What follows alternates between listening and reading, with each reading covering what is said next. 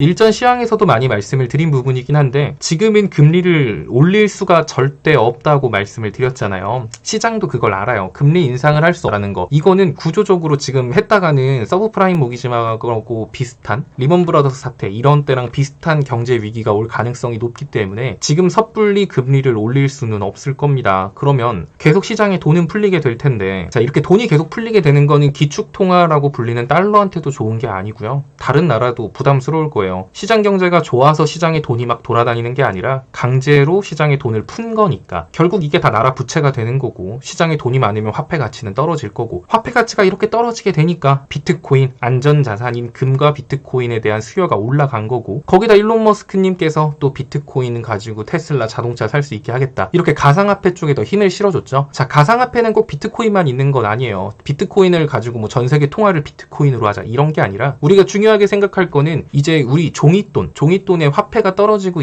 화폐 가치가 떨어지고 또 가상화폐가 올라가고 있다는 건 디지털 화폐에 대해서도 좀 많이 생각을 해야 돼요. 화폐 개혁의 일환 중에 하나인데 디지털 화폐도 화폐 개혁이라는 거를 좀 설명을 하면 길어지니까 근데 화폐 개혁을 하기가 되게 힘들어요. 화폐 개혁을 했을 때의 장점이라고 한다면 지하에 숨어 있는 돈들을 밖으로 끌어올 수 있어요. 그러니까 자 5만원권 갖고 와. 빨리 5만원권 갖고 은행에 갖다 놓으면 뭐 이제 기준을 5만원이 500원으로 바뀐다. 그러니까 5만원권 갖고 오면은 새로운 돈으로 준다. 뭐 이런 식으로 되는 게 화폐 개혁이죠. 자, 이랬을 때 장점은 그 돈 많으신 분들, 그 뒷돈으로 이렇게 막 금고에다가 막 이렇게 돈 숨겨 놓으신 분들 있죠. 막 마늘밭에다 돈 숨겨 놓고 이런 어떻게 보면 지하 자금을 끌어낼 수 있거든요. 거기에 대해서 세금도 다 매길 수 있고 어찌 보면은 지금 나라가 이렇게 각 나라의 부채가 늘어나고 이런 상황에서 화폐 개혁으로 지하 자금을 밖으로 끌어낸다라는 거 그리고 인플레이션이 심할 때 보통 하는 게 화폐 개혁이니까 이제 그렇게 해서 화폐 개혁에 대한 가능성들이 점점 나오고 있는 상황이고 비트코인들 올라가고 있고 하는 거 보니까 디지털 화폐로 점점 이제 바뀌지 않을까 시대가 약간 이런 생각을 좀 하고 있는데 그래서 디지털 화폐 관련 주들을 조금 챙겨보면 좋을 것 같아요. 만약에 시장이 폭락한다라고 했을 때 그런 거죠.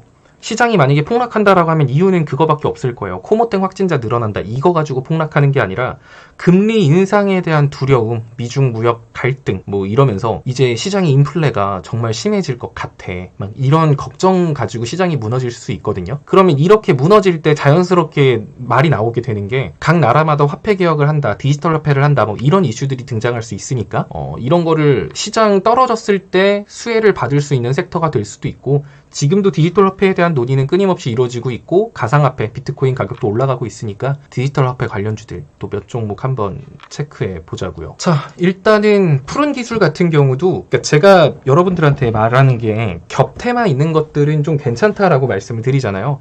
푸른 기술은 원래 다들 대북주라고 많이 알고 있어요. 대북주지 푸른 기술이 철도. 근데 푸른 기술은 디지털 화폐 관련주로도 묶여 있습니다. 따라서 만약에 디지털 화폐 관련주로 힘을 못 받아도 대북이나 철도주로 묶여서 올라갈 수 있는 종목군이니까 푸른 기술도 한번 체크해 두시면 좋을 것 같아요.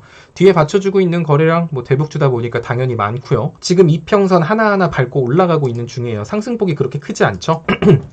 주봉 차트를 본다고 한다면 241선과 60일 사이선 낑겨서 움직이고 있는 종목이고요. 꽤 긴 시간 동안 이 사이 구간에서 움직이고 있어요. 그러니까 푸른 기술도 이 61선 뚫고 올라가면 이 위까지 열린다라는 거 인지할 수 있을 거고 61선에서 맞고 밀려도 241선에서 반등 나올 가능성이 높고 이슈라고 한다면 대북 이슈랑 또 디지털 화폐 관련 이슈가 두 가지가 있으니까 두 가지 중에 하나만 얻어 걸려도 61선 뚫는 데는 크게 어려움이 없을 겁니다. 따라서 푸른 기술은 지금 딱 61선과 241선 사이 구간에 있죠. 이 사이 구간에서 천천히 모으시면 됩니다. 그리고 241선 이탈하면 리스크 관리 차원에서 비중을 조금 줄인다 생각하시면 되고 단기 목표가는 뭐 한 너무 타이트하긴 한데 한 14,100원 정도?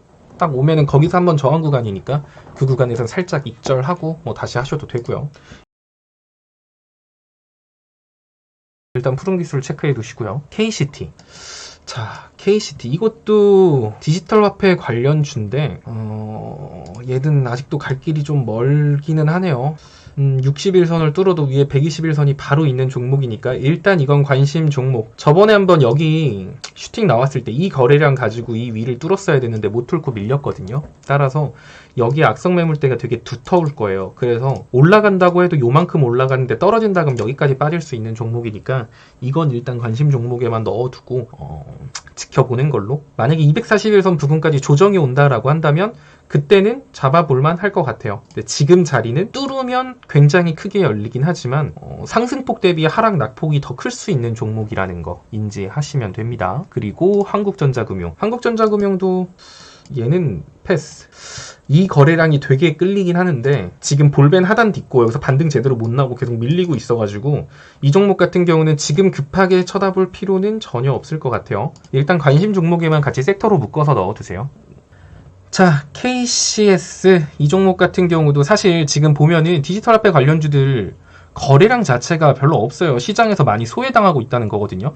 10만 주, 16만 주, 6만 주. 지금 당장 올라간다라는 종목군이 아니라 일단은 얘네들이 이제 조만간 한번 시세를 보여줄 가능성이 있으니까 좀 눈여겨보자라는 의미지 또 내일 장 시작하자마자 또 그냥 막 어택당 하실 필요 없습니다. 내일 시장은 어차피 쿠팡이 시장을 지금 지배할 거예요. 그쪽 관련주로만 돈이 과하게 쏠릴 거기 때문에 다른 종목들 같은 경우는 급하게 지금 들어가실 필요 없습니다. 그냥 구간이나 이런 거 좀 크게 잡아드리니까 참고만 하시면 돼요. 자, KCS 같은 경우도 뒤에 받쳐주고 있는 거래량이 좀 괜찮아요. 자, 이때 거래량 때문에 거래량 없이 빠졌으니까 거래량 터지면서 한번 쳐준 겁니다. 근데 이거 위에 여기 물린 사람들이 미친 듯하게 매도세가 나왔기 때문에 이날 윗꼬리 뺀 거예요. 그럼 이제 이날 물린 사람들 있죠. 요날 물린 사람들. 여기 물린 사람들이 또 강한 매물대를 형성을 하게 됐습니다. 어쨌든 121선 이탈 안 하고 61선과 121선 왔다 갔다 하는 종목이기 때문에 이 종목 같은 경우는 거래량이 너무 적다. 일봉으로 보긴 좀 그럴 것 같고 주봉도 좀 그렇고 월봉 얘도 일단은 보류. 일단 관심 종목에만 넣어두세요. 저도 관심 종목에 이제 넣어놓은 거라서 이제 제가 체크하다가 좀 현 시장 상황하고 잘 맞겠다 싶을 때 구간을 좀 다시 잡아 드릴 테니까 일단은 좀 괜찮아 보이는 거는 지금 말한 것 중에 그나마 푸른 기술이 좀 리스크가 제일 적을 것 같아요. 푸른 기술이 좀 제일 리스크가 적을 것 같고 한네트 같은 경우도 최근에 시세 나오고 있는 상황이고 근데 지금 사기에는 조금 그래요. 얘도 60일선 뚫었을 때 요때가 좀 괜찮았는데 어쨌든 한네트도 관련주니까 체크. 얘는 추세 좀 밟고 있는데 볼벤 상단하고 많이 벌어져서 산다고 한다면 7,000원부터 한 6,800원 정도 사이 7,000원에서 6,800원 사이가 적정 매수 구간이 될 거예요. 그러니까 그 자리 한번 기다려 보세요. 로지시스도 디지털 화폐 관련주인데 로지시스 구간은 좀 무난하네요. 근데 얘도 지금 거래량이 좀 안 실려. 시장 빠지면 또 이거 자리 금방 내줄 수 있으니까 로지시스도 일단 한 5,100원? 5,100원 정도 기다려보죠. 5,100원 정도 기다려보고 안 오면 말아요. 일단은. 그리고 좀 윗구간에서 잡더라도 좀 거래량 터지거나 뭐 분봉 차트 이런 거 예쁘게 되면 제가 다시 말씀드릴 테니까 일단은 넣어두세요. 사지 마요. 전 사지 말라 그랬어요.